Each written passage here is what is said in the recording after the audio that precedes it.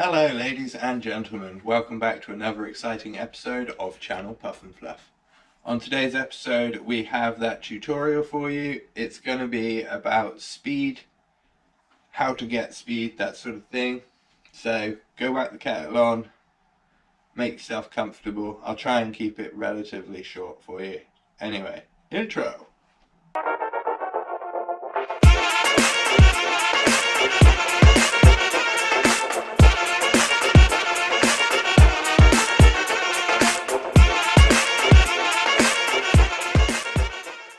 So, I've tried to break everything down. We've got 3 little sections that I want to cover, and I'm going to try and do it as quick as possible because I don't do talking very well.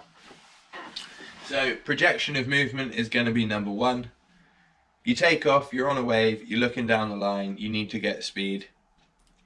You pump up and down the wave because it's like a hill, and when you get to the top of the hill and come down, you will gain speed. A way that I find works for me is when I want to go up to the top of the hill, I will project my body first up and forward towards where I want to go. Generally speaking, the board will then come with you to where you want to get to, and then you can drop down that wave face and build up some speed. And then you lift up and forward again to come up the wave, and you can do this as quickly or as slowly as you want, really, depending on the section. If the wave is really fast, then you're probably going to want to do lots of short little projects like pow, pow, pow. You know, if it's a nice long open wall, then you might want to project up, and you might want to highline it for a little bit and just cruise and then come back down and then come up and do a cutback, or, you know. Projection of movement for me is a massive thing, and I feel it's the difference between me making a section and not making a section. Okay, so moving on, rapido. Number 2, wave face, wave shape. Like I previously just said, if you're on a closeout, it's generally quite steep, quite fast, so your movements are going to be dictated based on that. You're going to try and race down the line as quick as you possibly can to get to that one section, or maybe that turn section and then another section. Waffle. But you get the gist. If the wave is really slow, fat, shouldery, fat sections, it's a choppy day, you probably want to manage your speed and stay close to the whitewater, whether that be little cutbacks or kick stalls, little burn off a bit of speed, keep yourself with the power, wait for it to steepen back up, go again, wow, big cutback. Yeah, that sort of thing. And lastly, I want to look at a little bit of flow state. For me personally, if I go into a session fully amped up, frothing in the car park, I start overthinking things, I get in the water, I don't get what I want, I ruin a wave, I overthink a wave, and then I'm in a shit mood, and then the surf goes to crap. Can't find a rhythm, can't find that flow. So over the years, I've kind of realized, especially for me, I don't know if this is the same for everyone, it might be, but I will achieve my flow state much quicker if I go slower at things. A little bit more methodical. I save all that amp and that juiced upness for when I'm on a wave, rather than when I'm paddling out or when I'm checking it from the beach.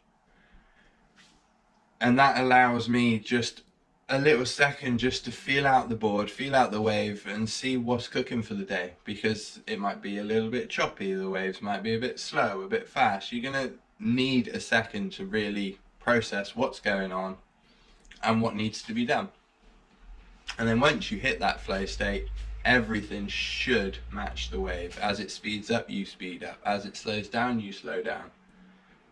Pick and choose your turns accordingly. More speed you have, the more you can lay things on rail. The slower you're going, the less you can do that. So we'll add a little bonus, Brucey bonus number 4. The board you're riding. Okay, so think about the equipment you're going to ride and how you're going to be able to generate speed on that said equipment. If it's on the larger, thicker side, then your turns are going to have to be slower. Your projection is going to have to be a lot more methodical and drawn out. Whereas if you're on like a little whippy shortboard or a small fish or quad or something a little bit more knifey that you can chuck around, then yeah, you project a lot quicker, you move a lot quicker, everything's, yeah. So we've got the wave shape, wave form, the board you're intending on using on said wave shape and form, achieving a bit of flow state so that you can project through every single turn, every single pump, and achieve that glory. Now, hopefully you've managed to pick one or two things out of this and it makes sense. Obviously, leave me some feedback down below. I hope you've enjoyed the clips that have been playing up here on the big TV. Ooh. And I hope they illustrate some of the waffle that I've been waffling on about. As I said, leave me some comments. Yay, nay, I don't mind. You know, like if it's crap, let me know. If you think I should stick to surfing, let me know. If you think, well, actually, there's something there that I can take forward, let me know. Let me know what you want to do next. Whether it be a specific turn, things like that. I can always try. Alright? So, as always, thank you for all the love and the feedback and everything that you guys do on your end. It helps me to push myself a little bit further in the hopes of documenting something cool that I can show you guys and you can experience with me.